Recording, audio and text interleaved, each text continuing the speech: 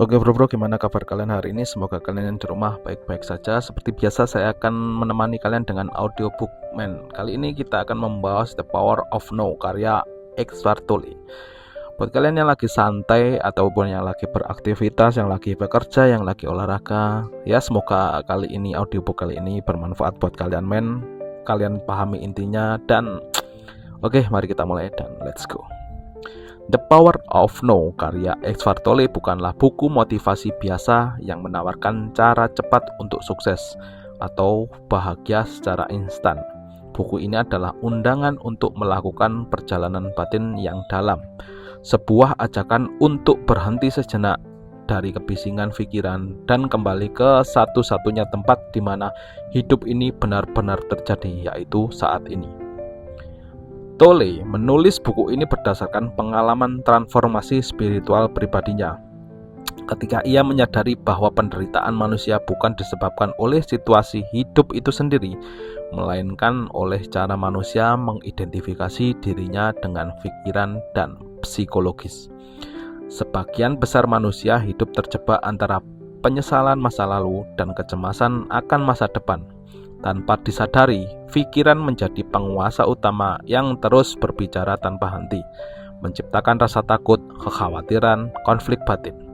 The Power of No hadir untuk membuka kesadaran bahwa kita bukanlah pikiran tersebut, melainkan kesadaran yang mampu mengamatinya. Ketika pemahaman itu muncul, ruang batin terbuka dan disitulah ketenangan sejati mulai terasa. Buku ini disusun dalam bentuk dialog tanya jawab yang sederhana namun mendalam, seolah-olah penulis sedang berbicara langsung dengan pembacanya.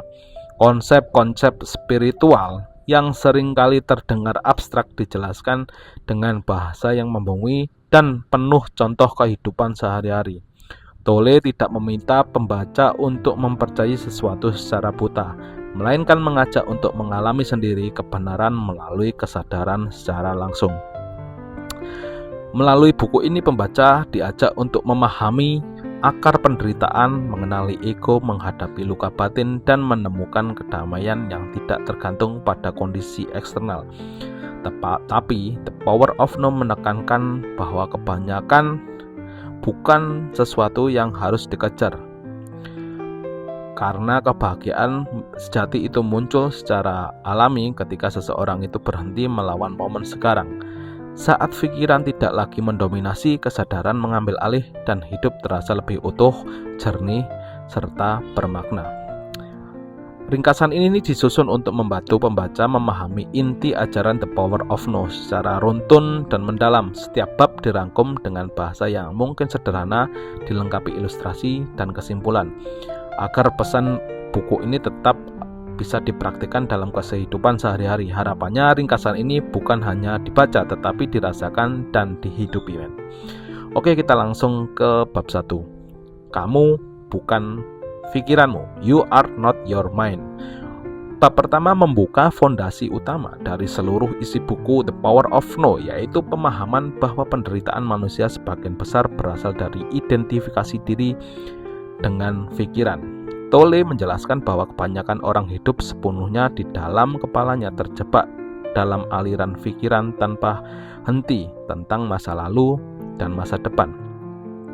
Pikiran ini terus-menerus menilai, membandingkan, mengkhawatirkan, menyesali, dan memproyeksikan hal-hal yang belum tentu terjadi. Masalahnya bukan pada pikiran itu sendiri, melainkan ketika kita percaya bahwa kita adalah pikiran tersebut. Saat itulah ego mulai terbentuk. Ego menurut Tolle adalah identitas palsu yang lahir dari pikiran. Ego selalu membutuhkan sesuatu untuk bertahan. Pengakuan, pembenaran, status kepemilikan, ataupun bahkan konflik. Ketika ego merasa terancam, ia menciptakan ketakutan, kemarahan, kecemburuan, dan penderitaan emosional. Inilah alasan mengapa banyak orang merasa tidak pernah benar-benar merasa damai, meskipun kebutuhan hidup mereka itu terpenuhi. Pikiran selalu mencari masalah untuk difikirkan. Tolle kemudian memperkenalkan konsep pengamatan batin, The Watcher, kesadaran yang mampu memperhatikan pikiran tanpa terlibat di dalamnya. Saat kamu menyadari bahwa kamu bukan pikiranmu, kesadaran itulah pintu masuk menuju kebebasan batin. Dengan mengamati pikiran tanpa menghakimi, perlahan-lahan kekuatannya melemah. Bab ini juga membahas bagaimana emosi negatif adalah hasil dari pikiran yang tidak didasari. Ketika pikiran menciptakan cerita, tubuh bereaksi dan menyimpannya sebagai pain body, tubuh penderitaan. Jika tidak didasari, siklus ini akan terus berulang. Kesadaran adalah satu-satunya cara untuk memutus rantai tersebut. Ilustrasi dari bab ini yaitu, bayangkan ketika kalian sedang duduk di tepi sungai. Pikiran-pikiran adalah daun-daun yang mengalir di atas air. Selama ini, kamu melompat ke sungai dan terbawa arus. Tolle mengajakmu untuk duduk di tepi sungai dan mengamati daun-daun itu lewat tanpa ikut hanyut. Kesimpulan dari bab pertama, penderitaan bukan berasal dari hidup, tetapi dari identifikasi berlebihan dengan pikiran. Saat kamu menyadari bahwa kamu adalah kesadaran di balik pikiran, bukan pikirannya sendiri, kamu mulai membuka ruang bagi kedamaian sejati. Bab kedua yaitu kesadaran, jalan keluar dari penderitaan, the way out of pain. Bab kedua memperdalam akar penderitaan manusia dan memperkenalkan konsep penting yang disebut body pain. Body pain adalah kumpulan energi emosional lama, luka, trauma, kemarahan, kesedihan yang tersimpan dalam diri seseorang. Energi ini hidup dari ketidaksadaran dan akan aktif ketika ada pemicu tertentu seperti konflik, penolakan, atau perasaan tidak dihargai. Saat pain body aktif, seseorang bisa berkata atau bertindak dengan cara yang bahkan tidak ia pahami setelahnya. Eckhart Tolle menegaskan bahwa pain body tidak bisa dilawan atau dihilangkan dengan kekuatan pikiran, karena pikiran justru adalah bahan bakarnya. Satu-satunya jalan keluar adalah kesadaran penuh ketika kamu menyadari bahwa pain body sedang aktif tanpa menolaknya dan tanpa mengikutinya. Energi tersebut perlahan kehilangan kekuatannya. Kesadaran bertindak seperti cahaya yang membuat kegelapan itu menghilang. Bab ini juga menjelaskan bahwa sebagian besar penderitaan manusia berawal dari waktu psikologis, hidup di masa lalu atau masa depan. Masa lalu penuh penyesalan dan luka, masa depan penuh ketakutan dan kecemasan. Padahal penderitaan tidak pernah terjadi di saat ini. Saat ini adalah netral. Yang menyakitkan adalah cerita di kepala tentang saat ini. Dengan membawa perhatian sepenuhnya ke momen sekarang, penderitaan kehilangan pijakannya. Tolle juga menyinggung penderitaan kolektif manusia. Konflik, kekerasan, dan kebencian yang diwariskan dari generasi ke generasi tanpa kesadaran. Manusia hanya mengulang pola yang lama. Namun ketika saat individu itu sadar, ia memutus rantai penderitaan tersebut, setidaknya dalam dirinya sendiri. Ilustrasinya seperti ini. Pain body seperti api unggun yang menyala. Pikiran negatif adalah kayu bakarnya. Selama kamu terus memberi kayu, api akan membesar. Kesadaran adalah keputusan untuk berhenti memberi kayu dan membiarkan api itu padam dengan sendirinya. Kesimpulan dari bab 2 ini yaitu kesadaran adalah satu-satunya jalan keluar dari penderitaan. Dengan menyadari pain body dan hidup sepenuhnya di saat ini, kamu tidak hanya menyembuhkan diri sendiri, tetapi juga menghentikan siklus penderitaan yang lebih besar. Bab 3. Bergerak masuk ke saat ini. Bab ketiga berfokus pada praktik nyata untuk benar-benar hadir di saat ini. Tolle menekankan bahwa saat ini bukan sekedar konsep filosofis, melainkan satu-satunya realitas yang pernah ada. Masa lalu hanyalah ingatan, masa depan hanyalah imajinasi. Hidup selalu terjadi sekarang, tetapi manusia jarang benar-benar hadir di dalamnya.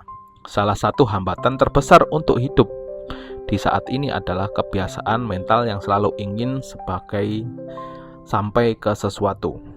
misalkan target, hasil, atau kondisi tertentu di masa depan. Akibatnya, momen sekarang diperlakukan hanya sebagai alat, bukan sebagai tujuan. Tolle mengajak pembaca untuk mengubah hubungan dengan waktu. Gunakanlah waktu secara praktis, tetapi jangan hidup di dalamnya secara psikologis.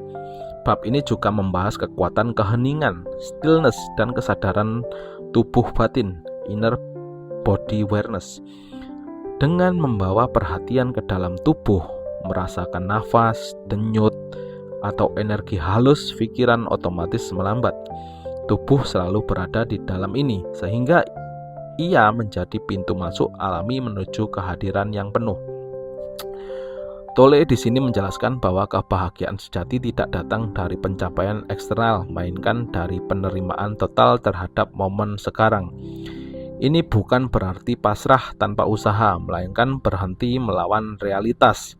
Saat perlawanan berhenti, muncul kedamaian yang tidak bergantung pada kondisi luar.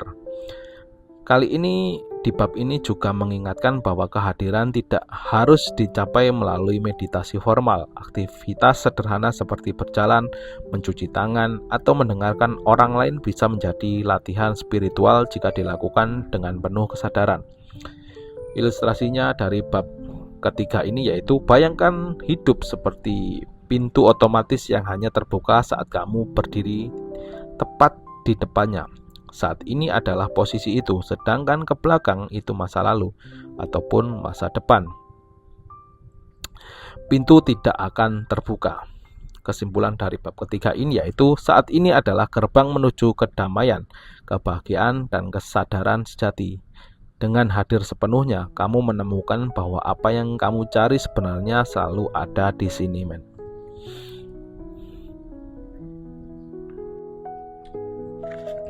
Bab 4. Strategi pikiran untuk menghindari saat ini. Bab keempat, Tolle membahas bagaimana pikiran, khususnya ego, memiliki banyak strategi halus untuk menghindari kehadiran di saat ini. Ego tidak bisa bertahan jika seseorang itu sepenuhnya sadar, karena ego hidup dari bahasa ataupun waktu psikologis, masa lalu dan masa depan. Oleh karena itu, pikiran terus menciptakan kesibukan mental agar manusia tidak pernah benar-benar hadir. Salah satu strategi utamanya adalah membuat masa depan terasa jauh lebih penting daripada momen sekarang. Kebahagiaan selalu dijanjikan nanti, setelah sukses, setelah kaya, setelah diakui, setelah masalah semua ini selesai. Tolle menjelaskan bahwa ketika fokus hidup selalu tertuju pada nanti, saat ini dianggap sebagai penghalang, bukan sebagai kehidupan itu sendiri. Akibatnya seseorang menjalani hidup dengan perasaan yang tidak pernah cukup, tidak pernah selesai, dan selalu tergesa-gesa. Bahkan ketika tujuan mencapai, pikiran segera menciptakan tujuan baru. Inilah jebakan tanpa akhir dari ego, men. Strategi lain yang dibahas adalah kecanduan terhadap masalah. Banyak orang secara tidak sadar mempertahankan masalah karena ego membutuhkan identitas. Aku adalah orang yang menderita, aku adalah korban, aku adalah orang yang hidupnya sulit. Masalah memberi ego cerita untuk diceritakan. Tanpa masalah, ego merasa terancam dan kehilangan pegangan. Tolle juga menyoroti bagaimana pikiran sering menghindari saat ini dengan terus mengeluh, menyalahkan, atau menolak realitas. Padahal penolakan terhadap momen sekarang justru menciptakan penderitaan tambahan. Saat ini tidak pernah salah, yang bermasalah adalah hubungan kita dengannya. Solusi yang ditawarkan bukanlah melawan pikiran, tetapi menyadari pola-pola ini saat terjadi. Ketika strategi ego terlihat dengan jelas, ia kehilangan kekuatannya. Kesadaran membawa seseorang itu kembali ke realitas yang sederhana. Apa yang benar-benar terjadi saat ini, bukan cerita tentangnya. Ilustrasinya seperti ini. Pikiran seperti penjual janji yang terus berkata, sebentar lagi kamu bahagia, padahal bahagia tidak pernah dikirim, karena sebentar lagi selalu berpindah ke masa depan. Kesimpulan dari bab keempat ini yaitu, ego bertahan hidup dengan menjauhkan manusia dari saat ini. Dengan mengenali strategi pikiran dan kembali kesadaran, kita berhenti hidup dalam ilusi waktu dan mulai benar-benar hidup. Di bab kelima, yaitu keadaan hadir. Di bab kelima ini mengajak pembaca untuk mengenali seperti apa sebenarnya keadaan hadir itu.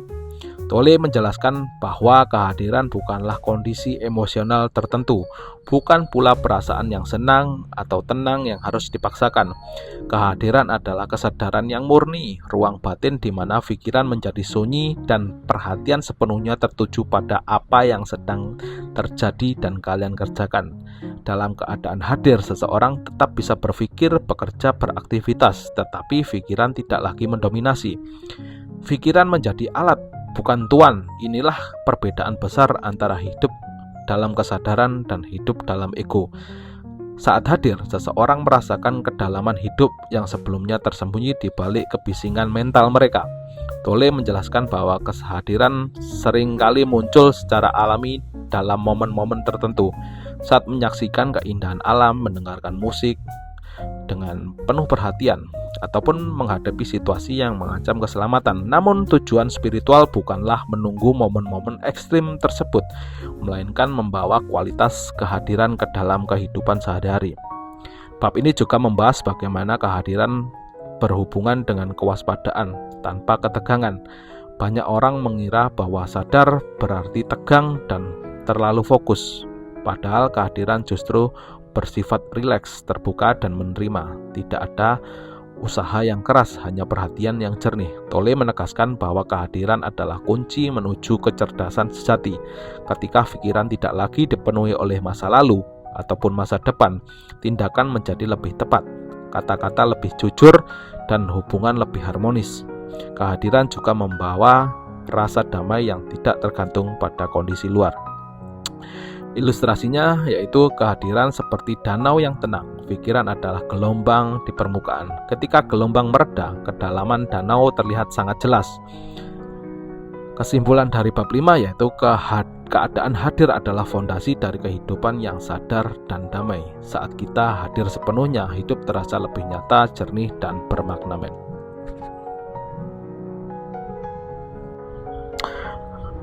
Bab ke-6, tubuh batin, the inner body. Bab ke-6 memperkenalkan praktek penting yang menjadi pintu masuk buat menuju kehadiran kesadaran tubuh batin. Eckhart Tolle menjelaskan bahwa tubuh bukan hanya bentuk fisik, tetapi juga medan energi hidup yang selalu berada di saat ini. Dengan membawa perhatian ke dalam tubuh, seseorang secara otomatis keluar dari pikiran yang berisik. Tolle mengajak pembaca untuk merasakan tubuh dari dalam, bukan memikirkannya, tetapi merasakannya. Sensasi halus seperti kehangatan, getaran, atau aliran energi adalah tanda bahwa kesadaran telah masuk ke dalam tubuh. Praktek ini sangat efektif untuk menenangkan pikiran dan membumikan kesadaran kita. Bab ini juga menjelaskan bahwa tubuh batin adalah jembatan antara bentuk fisik dan tanpa bentuk ataupun kesadaran murni. Dengan tetap terhubung ke dalam tubuh batin dalam aktivitas sehari-hari, seseorang bisa tetap hadir bahkan di dalam kesibukan. Selain itu, kesadaran tubuh batin membantu menyembuhkan luka emosional. Ketika emosi berat muncul, membawa perhatian ke tubuh menciptakan ruang aman untuk emosi tersebut tanpa harus diceritakan ataupun dianalisis. Dengan cara ini, energi emosional dapat dilepaskan secara alami. Tolle juga menekankan bahwa tubuh adalah guru spiritual yang sering diabaikan. Ketika pikiran berhenti mendominasi, kebijaksanaan tubuh muncul secara alami. Ilustrasinya seperti ini. Tubuh batin seperti jangkar kapal. Ketika pikiran terbawa arus, kesadaran tubuh menahan kita agar tetap berada di saat ini. Kesimpulan dari bab 6, kesadaran tubuh batin adalah jalan langsung menuju sebuah kehadiran. Dengan merasakan tubuh dari dalam, kita kembali ke saat ini dan menemukan kestabilan batin yang mendalam. Bab 7, pintu masuk menuju yang tidak termanifestasi. Pada bab ke-7, Tolle membawa pembaca lebih dalam ke dimensi spiritual yang ia sebut sebagai yang tak termanifestasi, sumber kesadaran murni yang melampaui bentuk pikiran dan identitas personal. Dunia yang kita lihat sehari-hari adalah dunia bentuk, tubuh, pikiran, objek, dan sebuah peristiwa. Namun di balik semua itu ada satu kesadaran tanpa bentuk yang menjadi asal dari segalanya. Bab ini menjelaskan bagaimana seseorang dapat menyentuh dimensi tersebut melalui pengalaman langsung, bukan melalui pemikiran intelektual. Tolle menjelaskan bahwa yang tak termanifestasi tidak dapat dipahami oleh pikiran, karena pikiran hanya bekerja dengan konsep dan bentuk. Oleh karena itu, satu-satunya cara untuk mendekatinya adalah dengan keheningan. Keheningan bukan berarti tidak ada suara sama sekali, melainkan ruang kesadaran di mana pikiran berhenti mengomentari. Saat seseorang benar-benar hadir dan sunyi secara batin, ia mulai merasakan kedalaman hidup yang tidak bisa dijelaskan dengan kata-kata. Kali ini di bab ini memperkenalkan beberapa pintu masuk menuju yang tak termanifestasi, seperti keheningan, space, ruangan, dan saat-saat transisi antara dua nafas ataupun dua pikiran. Tolle mengajak pembaca untuk menyadari keheningan di balik suara, kekosongan di balik bentuk, dan ruang di antara objek. Kesadaran terhadap ruang ini membawa seseorang keluar dari keterikatan pada dunia luar dan masuk ke dimensi batin yang lebih dalam. Tolle juga membahas bagaimana kematian seseorang kali menjadi pintu masuk tak sengaja menuju yang tak termanifestasi. Ketika seseorang menghadapi kehilangan ataupun kematian, identitas selama runtuh, dan jika tidak dilawan, pengalaman tersebut bisa membuka kesadaran yang lebih luas. Namun, buku ini menekankan bahwa kita tidak perlu menunggu penderitaan besar untuk menyentuh dimensi ini. Kehadiran penuh sudah cukup. Ilustrasinya seperti ini. Yang tak termanifestasi seperti layar kosong tempat film kehidupan diputar. Kita biasanya terpaku pada cerita filmnya, lupa bahwa layar itulah yang memungkinkan segalanya terlihat. Kesimpulan dari bab 7, yang tak termanifestasi adalah sumber sejati dari kedamaian dan kesadaran. Dengan memasuki keheningan dan ruangan batin, kita terhubung kembali dengan hakikat terdalam diri kita. Bab 8, hubungan yang tercerahkan. Kedalaman membahas bagaimana kesadaran atau ketidaksadaran mempengaruhi hubungan manusia. Eckhart Tolle menjelaskan bahwa banyak hubungan didasarkan pada kebutuhan ego, mencari cinta, pengakuan, rasa aman, dan pelengkap diri. Hubungan seperti ini seringkali berubah menjadi arena konflik, kekecewaan, dan penderitaan karena dua ego saling menuntut satu sama lain. Tolle menegaskan bahwa tidak ada hubungan yang bisa membuat seseorang itu utuh jika ia belum mendamai dengan dirinya sendiri. Ketika seseorang bergantung pada pasangannya untuk bahagia, hubungan tersebut menjadi tidak seimbang. Ego menggunakannya hubungan sebagai alat untuk mempertahankan identitasnya, seringkali melalui drama emosional. Namun, hubungan juga bisa menjadi jalan menuju kesadaran. Ketika konflik muncul, itu sebenarnya adalah kesempatan untuk melihat ego dan pain body yang bekerja. Jika disadari, bukan diikuti, hubungan menjadi alat transformasi yang spiritual. Kesadaran mengubah hubungan dari ketergantungan menjadi ruang bertumbuh bersama. Bab ini juga membahas peran kehadiran dalam hubungan, mendengarkan tanpa menghakimi, berbicara dari kesadaran, dan memberi ruang bagi pasangan untuk menjadi dirinya sendiri adalah bentuk cinta sejati. Cinta bukanlah kebutuhan, melainkan keadaan batin yang muncul dari kehadiran. Tolle menekankan bahwa hubungan tercerahkan bukan berarti tanpa masalah, tetapi ada kesadaran di dalamnya. Masalah diselesaikan tanpa drama, ego yang berlebihan.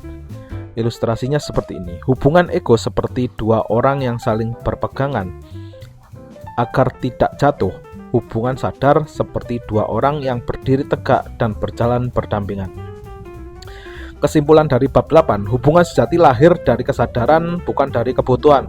ketika ego tidak lagi memimpin, cinta menjadi ruang kebebasan dan pertumbuhan. Bab 9 melampaui kebahagiaan dan ketidakbahagiaan menuju kedamaian. Bab 9 ini membahas perbedaan antara kebahagiaan yang bergantung pada kondisi dan kedamaian yang tidak tergoyahkan. Tolle menjelaskan bahwa kebahagiaan duniawi selalu datang dan pergi karena bergantung pada situasi eksternal. Ketika kondisi berubah, kebahagiaan pun menghilang. Di sisi lain, kedamaian sejati muncul dari penerimaan terhadap apa yang ada saat ini. Kedamaian menolak emosi, tetapi tidak teridentifikasi dengannya. Bahkan di tengah kesedihan dan tantangan, kedamaian batin tetap bisa hadir. Tolle mengajak pembaca untuk memahami bahwa penderitaan muncul dari perlawanan terhadap momen sekarang. Ketika perlawanan berhenti, penderitaan mental menghilang meskipun situasi mungkin tetap menantang. Bab ini juga membahas makna sejati dari kepasrahan. Pasrah bukan berarti menyerah, tetapi menerima kenyataan sebelum bertindak. Dari penerimaan, tindakan yang tepat muncul secara alami. Ilustrasinya, kebahagiaan seperti cuaca yang berubah-ubah. Kedamaian seperti langit yang tetap ada di balik segala cuacanya. Kesimpulan dari bab 9 ini, di balik bahagia dan ketidakbahagiaan ada kedamaian yang stabil.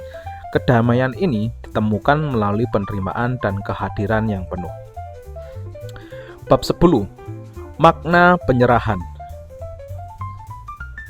Bab terakhir ini merupakan puncak dari seluruh ajaran The Power of No. Eckhart Tolle membahas konsep penyerahan, surrender, yang sering disalahpahami sebagai kelemahan, kepasrahan tanpa daya, atau kekalahan. Padahal menurut Tolle, penyerahan adalah kekuatan batin tertinggi, karena ia mengakhiri perlawanan terhadap realitas dan membuka pintu menuju kedamaian yang sejati. Penyerahan berarti menerima sepenuhnya apa yang sedang terjadi saat ini, baik secara eksternal maupun internal, tanpa penolakan mental. Ini tidak berarti bertindak ataupun membiarkan ketidakadilan, melainkan berhenti berkata, seharusnya tidak begini. Berharap kenyataan yang sudah terjadi saat perlawanan berhenti, energi yang sebelumnya terbuang ataupun konflik batin berubah menjadi kejerihan dan kekuatan. Tolle menjelaskan bahwa bagian besar penderitaan manusia bukan berasal dari situasi hidup, melainkan dari perlawanan batin terhadap situasi tersebut. Pikiran terus memprotes kenyataan, menciptakan cerita tentang betapa buruknya keadaan, dan dengan demikian memperpanjang sebuah penderitaan. Penyerahan memutus siklus ini secara instan. Di bab ini juga menegaskan bahwa penyerahan sangat berkaitan dengan kesadaran. Tanpa kesadaran, penyerahan terasa mustahil. Namun ketika seseorang hadir sepenuhnya, penyerahan terjadi secara alami. Dari keadaan ini, tindakan yang tetap muncul bukan reaksi ego, tetapi respon yang selaras dengan situasi. Tolle membahas bagaimana penyerahan berhubung dengan kematian ego. Ego tidak bisa bertahan dalam penyerahan, karena ego hidup dari penolakan dan konflik. Saat ego runtuh, muncul kesadaran yang luas dan damai. Penyerahan juga menjadi pintu menuju transformasi spiritual. Banyak pengalaman penyerahan terjadi bukan saat seseorang berusaha keras, tetapi saat ia benar-benar menyerah terhadap momen sekarang. Ilustrasi sekarang yaitu penyerahan seperti berhenti melawan arus sungai dan mulai mengapung. Energi sebelumnya dipakai untuk melawan, kini menopangmu agar tetap bertahan. Kesimpulan dari bab 10, penyerahan bukan kelemahan, melainkan kekuatan batin. Dengan menerima momen sekarang sepenuhnya, penderitaan berakhir dan kehidupan mengalir dengan lebih deras. Oke, dari kesimpulan dari semua buku ini yaitu berhubung The Power of No pada akhirnya bukan hanya buku untuk dibaca, tetapi panduan hidup untuk dialami. Eckhart Tolle tidak menawarkan teori baru atau sistem kepercayaan yang kompleks, melainkan mengarahkan pembaca kembali ke sesuatu yang sangat sederhana namun sering dilupakan, kehadiran penuh di saat ini. Seluruh penderitaan, konflik, dan kegelisahan manusia berakar pada satu hal, ketidakhadiran. Melalui buku ini, kita belajar bahwa pikiran bukanlah musuh, tetapi menjadi sumber penderitaan ketika kita kehilangan jarak dengannya. Ego, pain body, ketakutan, dan kecemasan hanyalah bayangan yang muncul ketika kesadaran itu tertidur. Saat kesadaran bangkit, bayangan itu memudar dengan sendirinya. Pesan terpenting dari buku ini adalah kedamaian tidak perlu dicari, karena ia selalu ada di balik kebisingan pikiran. Saat ini bukanlah jembatan menuju kebahagiaan. Saat ini adalah kebahagiaan itu sendiri. Hidup tidak terjadi nanti, tidak terjadi kemarin, hanya terjadi sekarang. Tolle mengingatkan bahwa pencerahan buku tujuan besar di masa depan melainkan pergeseran kecil namun mendalam dalam cara yang kita hadir. Setiap momen adalah kesempatan untuk sadar, menerima, dan hidup sepenuhnya. Bahkan aktivitas paling sederhana bisa menjadi pengalaman spiritual ketika dilakukan dengan kehadiran yang penuh. Buku ini menegaskan bahwa perubahan dunia dimulai dari kesadaran individu orang. Setiap satu orang berhenti hidup dalam ego dan waktu psikologis, ia membawa kedamaian ke lingkungan. Dengan demikian, the power of no bukan hanya tentang kebebasan pribadi, tetapi juga tentang penyembuhan kolektif manusia. Sebuah penutup dari audiobook kali ini yaitu, saat ini adalah guru terbaik, rumah sejati, dan sumber kekuatan terdalam manusia. Ketika kamu benar-benar hadir, tidak ada lagi yang perlu ditambahkan. Hidup telah utuh sebagaimana adanya. Oke bro, sekian dari saya. Semoga audiobook kali ini bermanfaat buat kalian bro. Sekian dari saya dan see ya.